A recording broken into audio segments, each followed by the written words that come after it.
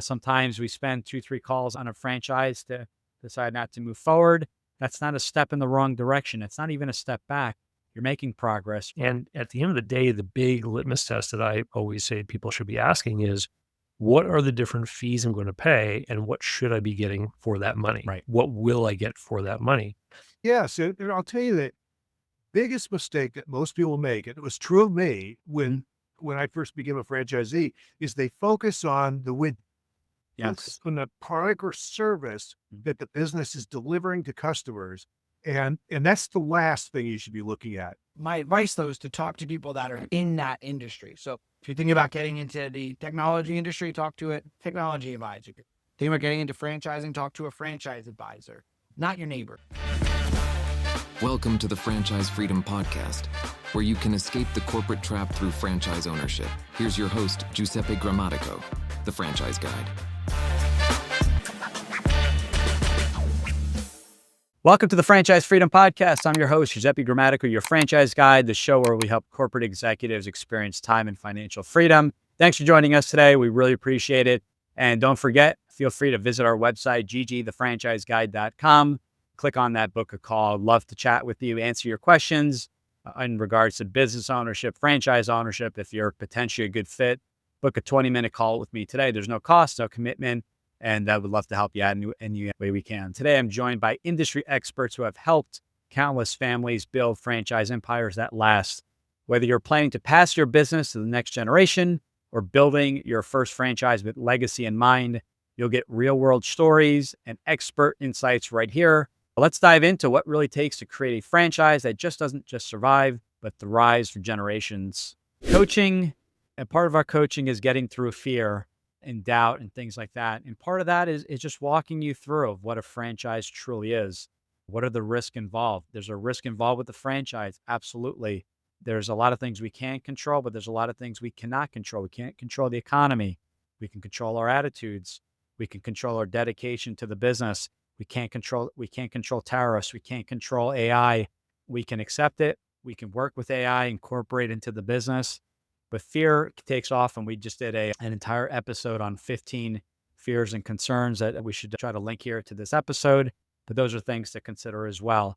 But fear kills a lot of deals. And I think part of fear and anxiety is that people don't go far enough. I had someone that was very fearful after the first call with the franchise. They had a million questions. And I laughed and said, that's completely understandable. And they said, what do you mean? I'm thinking about maybe passing on franchising. And I said, you don't know what you don't know. You don't know much about the brand. You haven't talked to franchisees. You don't know what the average day in a life is. You had a 30-minute intro call. You know what the company does. You had a general overview, but there's so much more to learn. Take the time to figure out what the franchise offers. What's the day in a life? What's your role?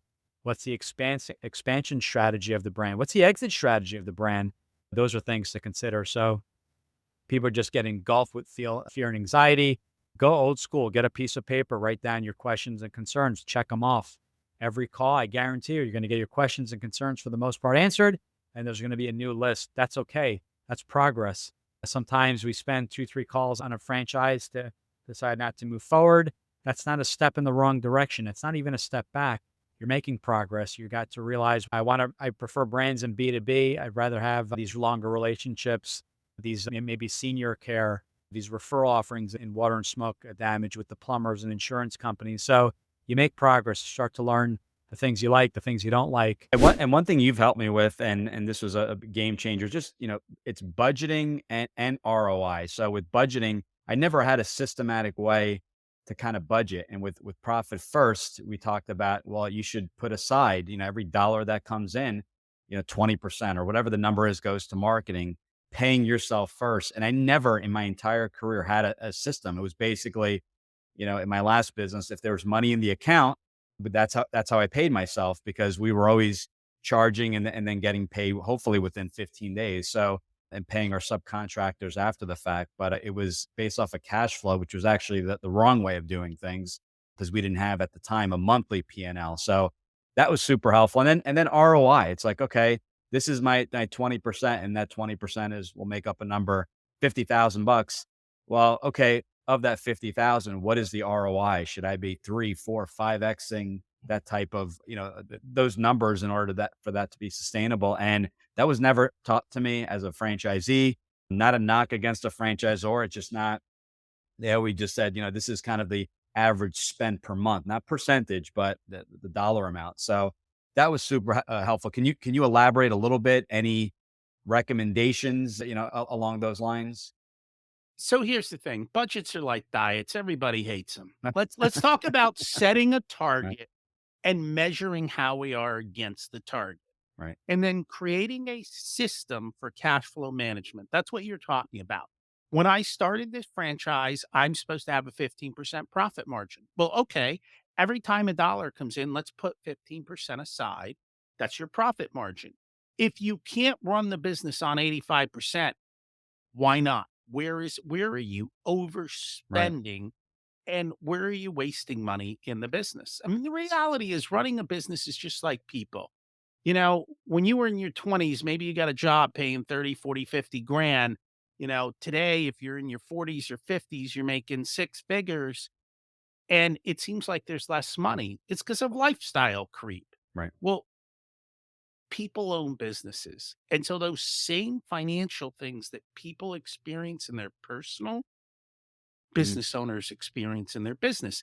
And we get business lifestyle creep, right? Oh, we need to do this. And oh, we need to do Right. that.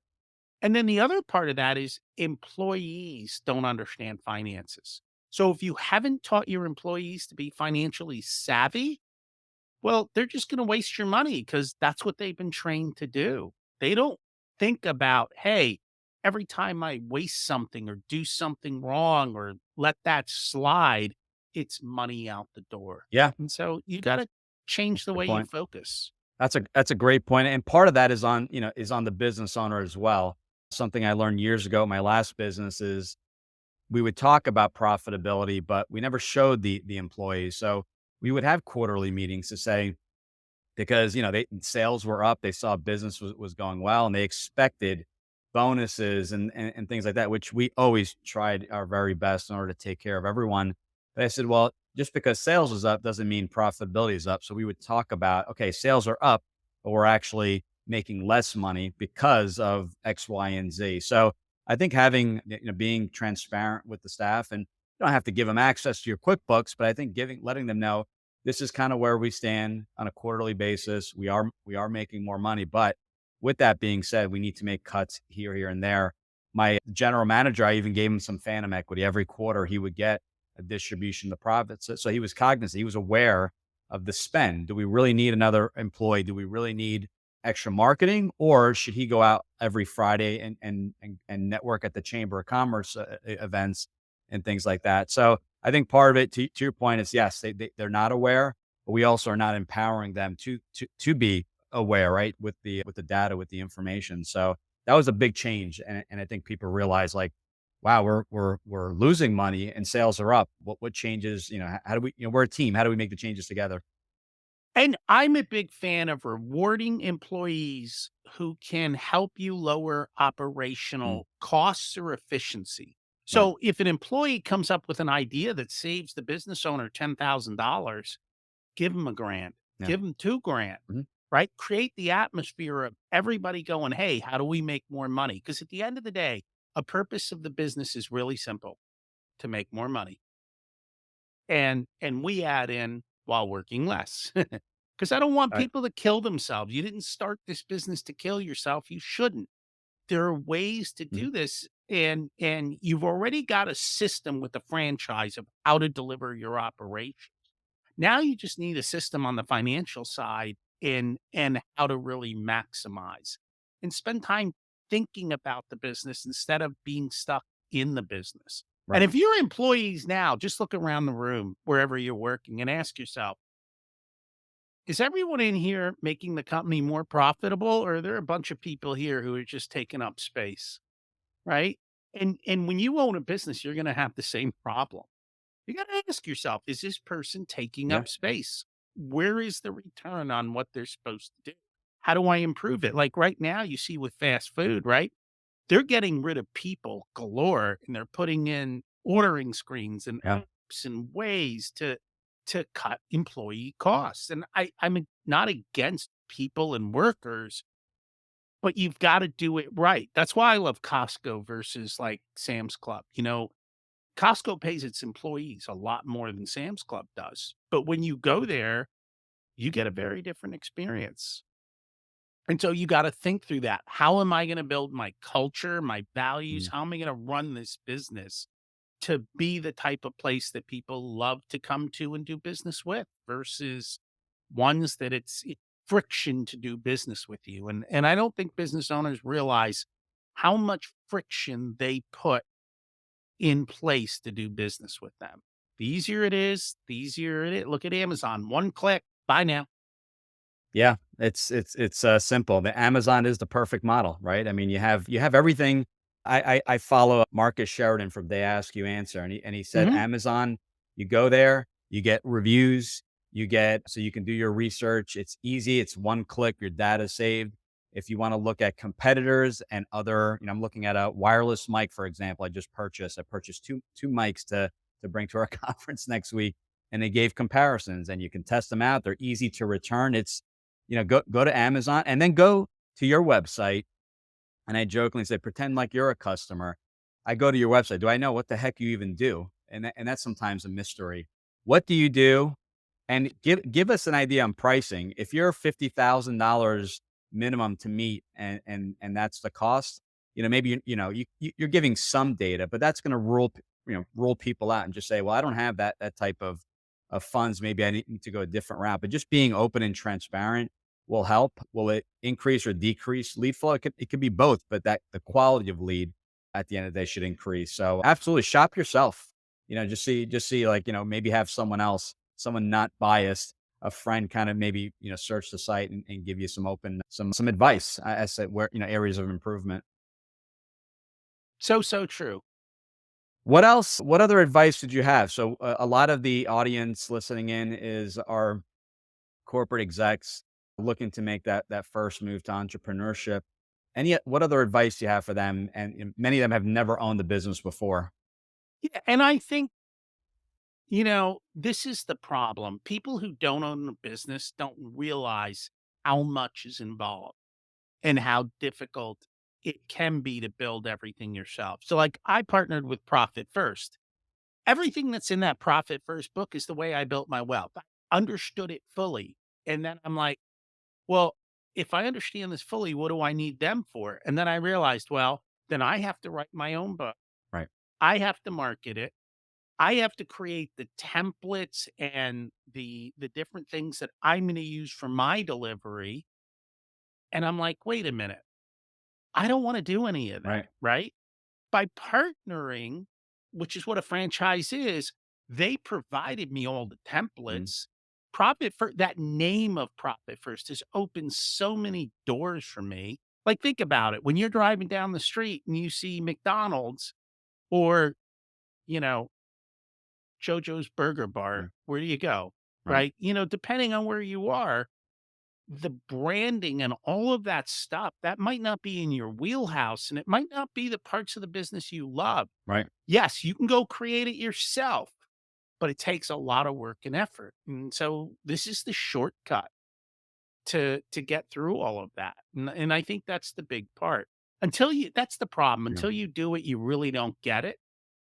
And this is an easy way to kind of get it without having to kill yourself trying to learn it all and, figure out the marketing and the delivery and the production and the sourcing and the design and the layout and creating the user manuals for every It's a lot. Yeah. employee.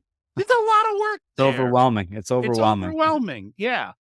And So, that, like, the people who are my clients who don't have franchises, we spend half our time talking about you need a system and a process. And they're like, "I don't have time to build one." I'm like, "Yeah, well, you hello." need to make time. I also think there's real value in face-to-face conversations versus sort of electronic or telephone conversations. I think that when we are standing in front of each other, we are more apt to be open up and transparent and share things that we may not necessarily Right. want to share, in an email, for example, right? And, especially if the franchisee you're talking to is worried that something that they, disclose might end up being shared with somebody else that could make them look bad. 100%. Yeah. In the recent updates to the book, I added some new sections. One of the sections was on ethical franchising, which is a conversation that you came and had over on my YouTube channel.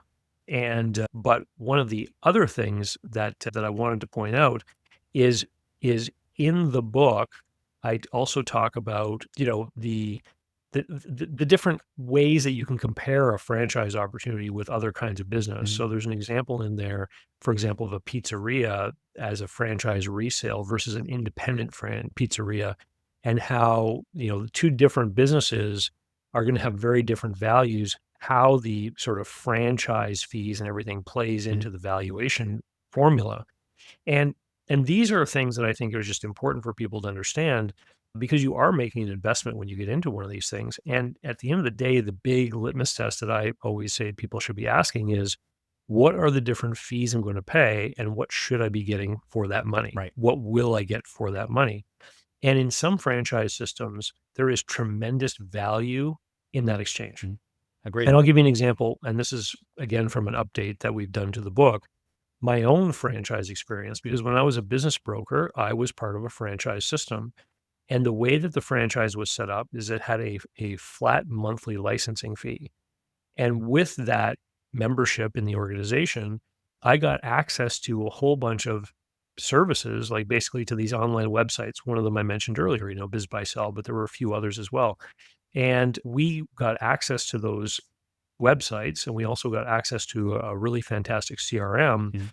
If I was an independent business broker and I was paying for all those things individually, they would have added up to more than the licensing fee. Right. So I actually saved money by being a franchisee versus being an independent business. And so the point of the book is not to say, like you said, that all franchises are bad. It's to get people to Mhm. think about, in a critical way, how do I analyze this? How do I figure out if this is a good deal for me? I like to point to sort of the large franchisors that are in markets where there's a continuous need for innovation and promotion and things like that. Mhm. And when you get into those franchise networks, basically you've got those people at head office who are creating all that stuff. They're thinking, months down the road of what the promotions are going to be. They're creating the advertising and marketing collateral. They're Mhm. probably preparing the online campaigns. They're, taking care maybe of the Google AdWords for you locally. They're doing a whole bunch of stuff that independent business owners have to try to carve time out to handle. And when people are busy, people don't. And this is where a lot of people fall down in independent businesses, is they're always busy in their business. They don't have time to, quote unquote, work on the business doing these sorts of things. But in a lot of these franchise networks, yeah, there are people at head office doing that sort of thing. And that's part of, asking. I always call it a speak with the captain steering the ship. I call it the third stage in due diligence, the discovery day, confirmation day. Talk to the captain. Where the hell is this ship going? If they don't give you a clear understanding of where this ship is going, what they're working on, it could be simply nothing. We have everything nailed down and we are focusing on national accounts. Great. Spoke with another brand the other day.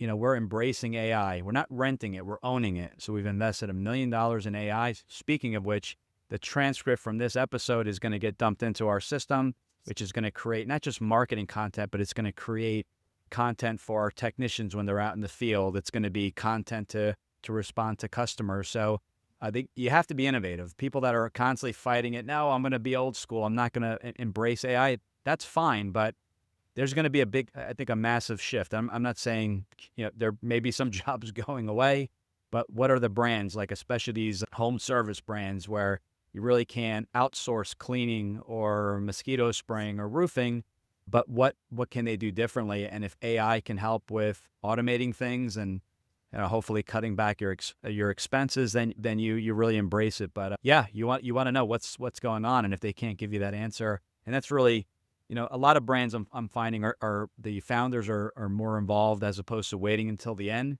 because this is all about the match.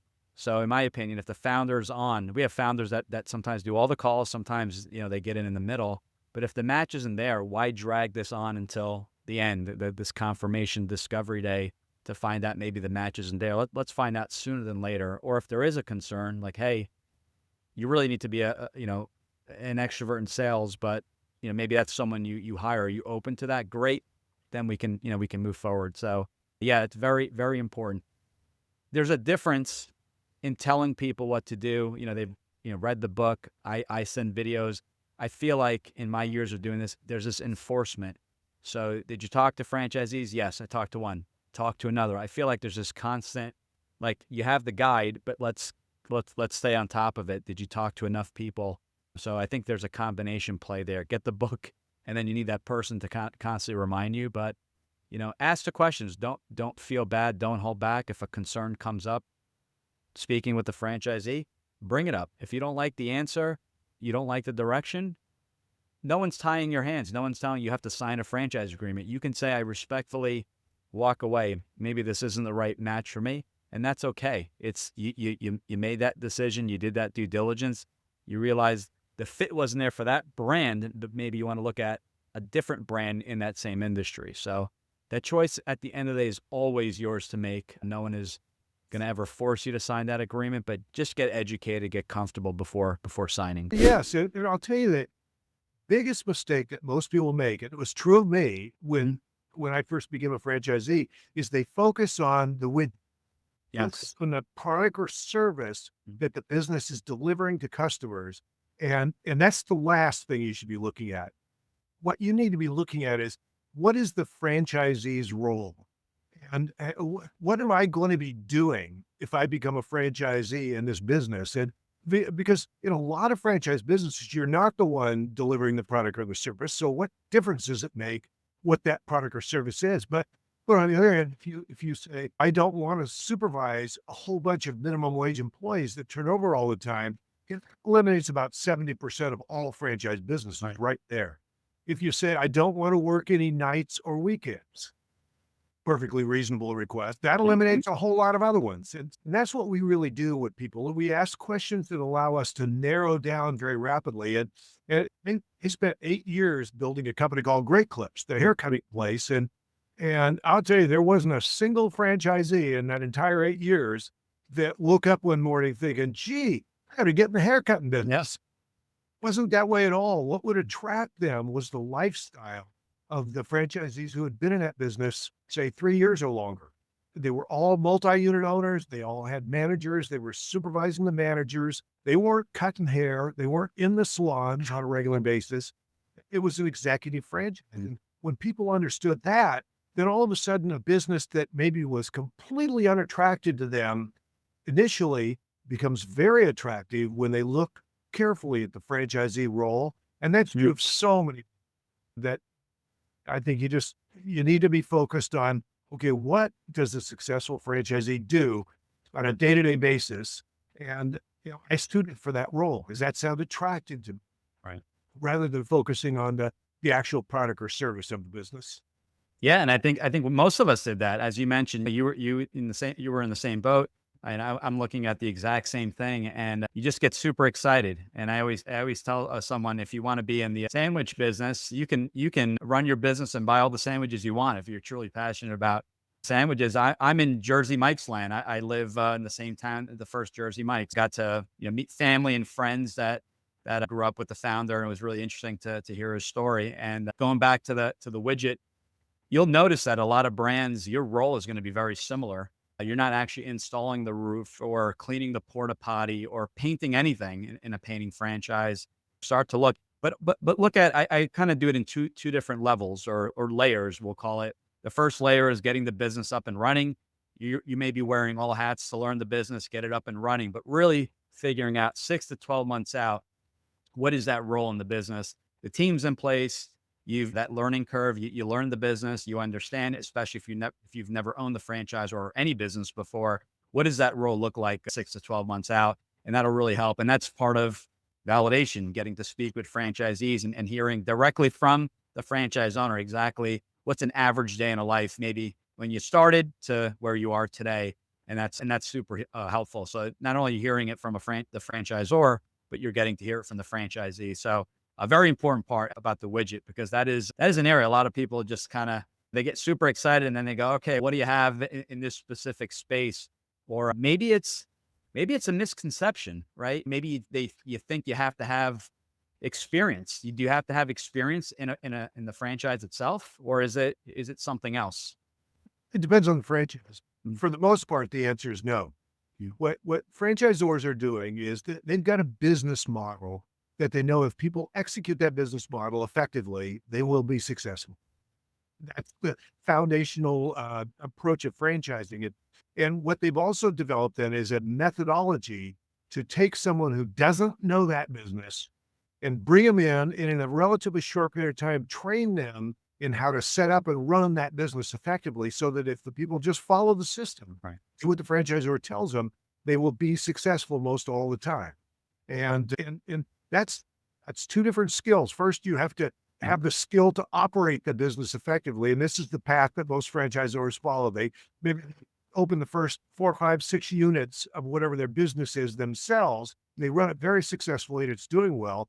But then at that point, they realize they need somebody else's money or management experience or something to help grow the business further. So they turn to franchising to do that. Then they have to develop a second skill that's even more important than being able to operate the business effectively. They have to develop a skill to take somebody who doesn't know beans about that business and train them in a fairly short period of time to be able to effectively run it. And those are two different things.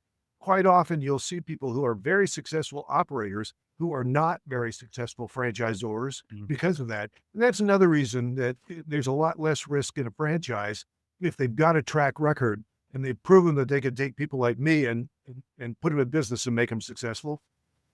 I like that. We call it a business on training wheels. That's something when someone they want a comparison, I go, that's really one of the best It's you have that support, and that's what you're really getting in. You want that support that anything you have any questions, have any issues, that you have that go-to someone to contact to help you out. One last question on that. So what do you think? And not every franchisee is going to be successful. So what do you think is the main cause for people maybe not to do so well in their franchise? This is from the franchisee standpoint. If you investigate the franchise opportunities carefully and ensure that they do have a track record of success of being able to help people, then if you don't succeed, it's almost always because you decided not to follow the system that the franchisor laid out for you. Well, today we're going to be talking about, utilizing advisors or, not utilizing advisors and kind of the difference when thinking about starting a business. I think I'll kick this off. Obviously, you need to talk to trusted people about anything that you're thinking about doing when it comes to getting into a business. My advice, though, is to talk to people that are in that industry. So if you're thinking about getting into the technology industry, talk to a technology advisor. Thinking about getting into franchising, talk to a franchise advisor, not your neighbor. Not your, friend that tells you that, they don't think franchising makes sense because they, heard on TV that, X, Y, Z happened. And I would tell you that where I like to think about this is I'm on my maybe 4th business of starting, and I've never had a family member, not one time, it's a good idea. Not one time. Anyone of all my business ever said, you should go for that. It's a good time. Never been the case. And I'll kind of end with, I was thinking about this, Sarah Blakely. She started Spanx. And she actually said that when she had the idea, she didn't tell anyone for a year. She built the idea because she knew people, she told them they would start to bring her down. So she had to work on her own, get that momentum, get that confidence. What do you guys think about that? You actually did that to me. I had a business idea a long time ago. When we first started our consulting business, I was like, you know what I'm going to do? I was like, we just need to make a site where we sell FDDs and has like every single FDD on it. And then after we sold the business, I did it and it worked. Yeah, there you go. Don't listen to Dan. Don't listen to me. He applies to me. It too. applies. I was like, why didn't I do that earlier? But it definitely was a massive undertaking at the time. But I think what we were talking about with Giuseppe was with the Shark Tank. And you were telling us about something, and that's how we went into how even the sharks are wrong. Yeah, listen, you never know exactly what's going to work out. And I think just to add to kind of what you guys were saying, sometimes people don't mean anything negative by it. It's more of they're being cautious, right? They don't want you to lose money or there's a big risk. Believe it or not, my first business, my accountant told me I couldn't make money with the franchise. So you know what happened? I made money with the franchise and I fired the accountant. So hopefully he's not listening. We're not going to name names, but so, they look at the numbers. They don't look at necessarily the big picture of the actual business itself. So yeah, I completely get it. But when you do ask for advice, you do have to be very cautious of who you're asking for. And where are their motivations coming from? Sure. I know that in my 11 years of being in franchising, I've never heard a financial planner, no offense to financial planners, but a lot of times I've seen people, they get close to buying a business. They go to their financial planner to get their financial planner's opinion. And, again, I like to think, most people operate with integrity. I'm sure they do. But keep in mind, the money that you have in your retirement account or in your investment accounts, if you're talking to a financial planner about taking them out, they make a percentage fee on the money that's in there. Right. The more that is in there, the more that they can manage and the more that they can make you, but also the more that they can make themselves. And so a lot of times they're not going to be motivated either to say, yeah, I think it's a great idea to take out half the revenue stream of my business out of the account so you can go do another business. Meanwhile, they own their own business anyway. Right. Yeah. Right. And yeah, offense to financial planners. I am offended. It's and that's part of it, right? It's percentage of assets under management, and it's hard to control a startup versus you're buying mutual funds. There's data, there's a lot more history. So yeah, I've experienced that as well. So what about Shark Tank? Do we have some examples of No. some deals that Well, but imagine if you were like, well, let me call Mark Cuban, and you had his ear and you told him about an idea. They were wrong on the Ring doorbell, which is massive. They were wrong about so many other things, and then they invested a lot of money in things that didn't work, like that sweet balls. Like, what was that about? So I think even if you have people that could be experts, they could be wrong. You just need to trust your instinct, and the secret ingredient in a business is you. I mean, I think back, if we had went around and tried to find reasons not to start, vote or make the acquisition and then franchise, I wouldn't have done it. There would be a million things that people would tell you. You just kind of have to talk to customers, obviously, to make, or potential customers, and listen to them and see kind of their feedback.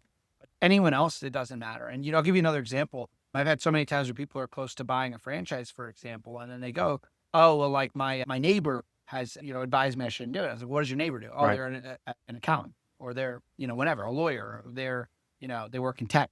It's like, why does your neighbor have any precedence on this decision? Well, they don't know anything about it. But people, a lot of times we just trust people that we know, even if they have no knowledge of space. You just triggered a core memory. I was talking to this guy, and I'll never forget. He worked his whole life, and his wife stayed at home, and he was like, it's finally my chance. I'm going to start a business. I really want to do something on my own.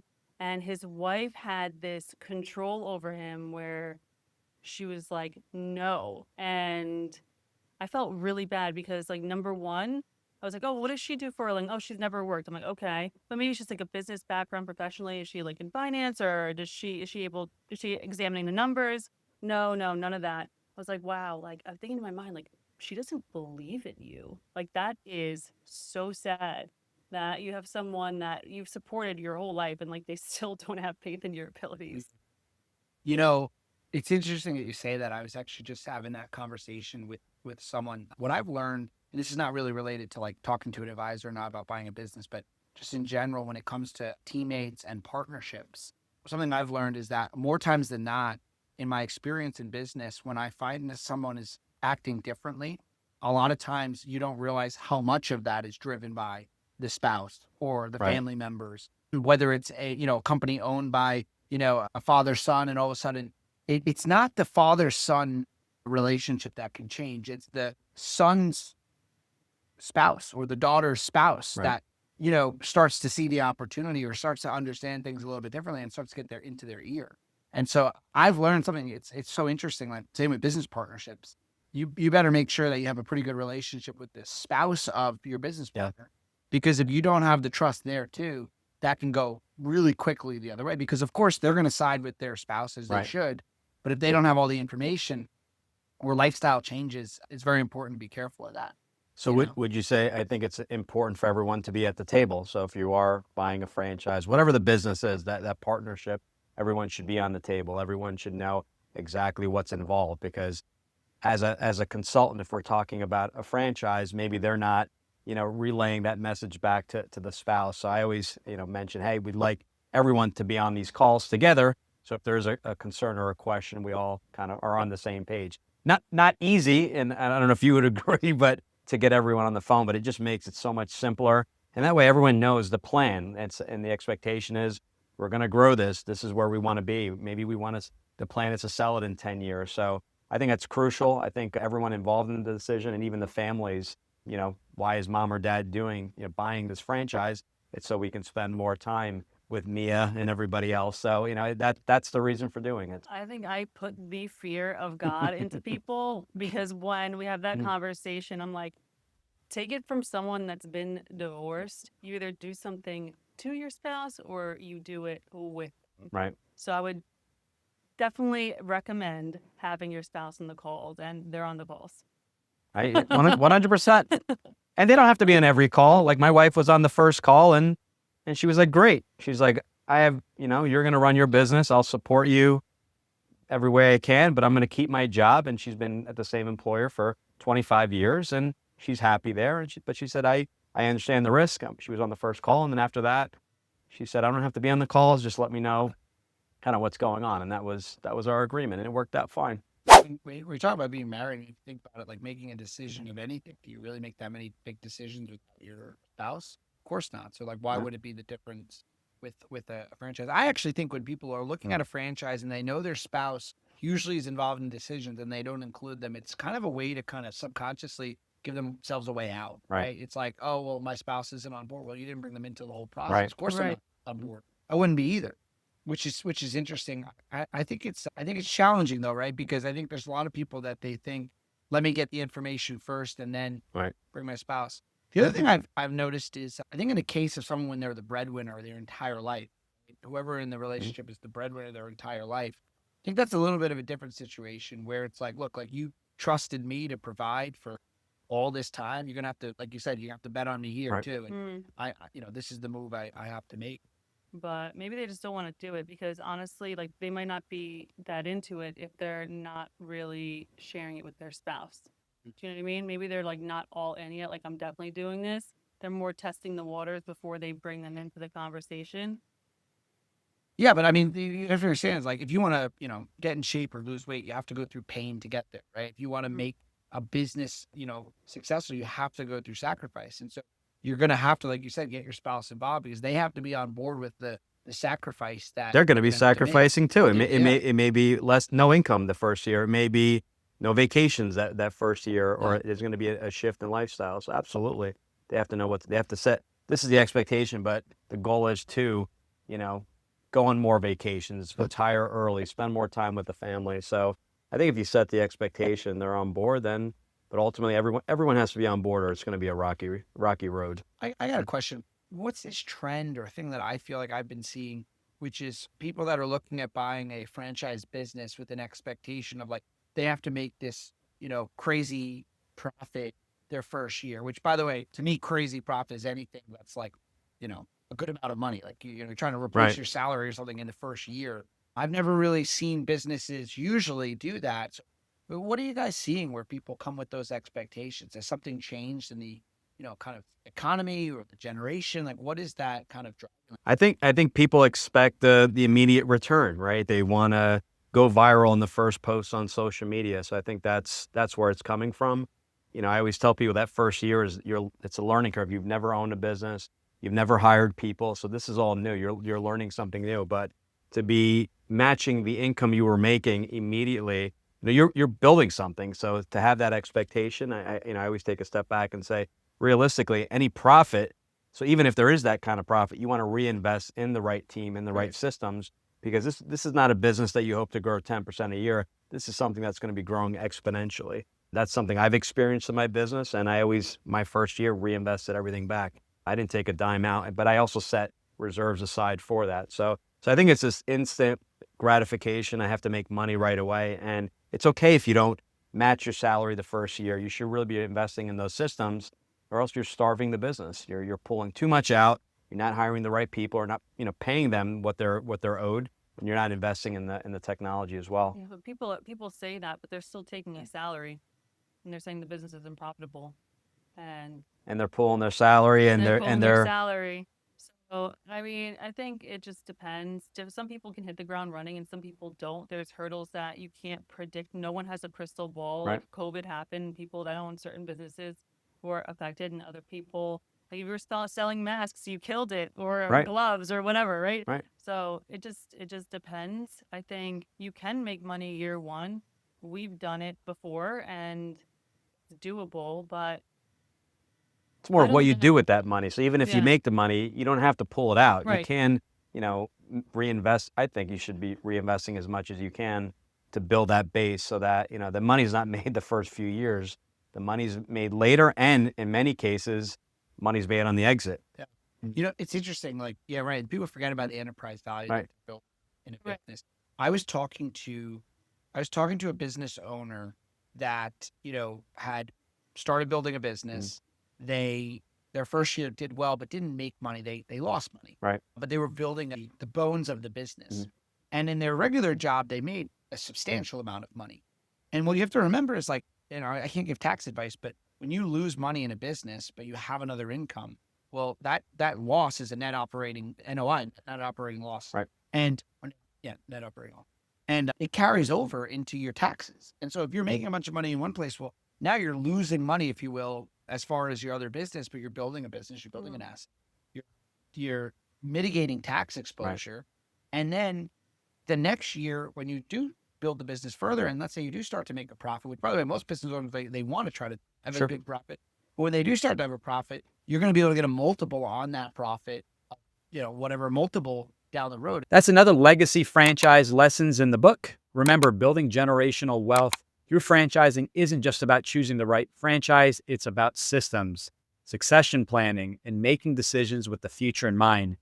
If today's insights spark questions about your own franchise legacy journey, drop them in the comments below. Don't forget to subscribe for our weekly franchise wisdom and check out the full conversations with our guests linked in the description. Until next time, keep building your legacy one strategic decision at a time. Thanks again. Thanks for tuning in. If you want to learn how to make the transition from corporate to owning your franchise, join Giuseppe on the next episode. You can also follow on all social media platforms and achieve financial and time freedom today.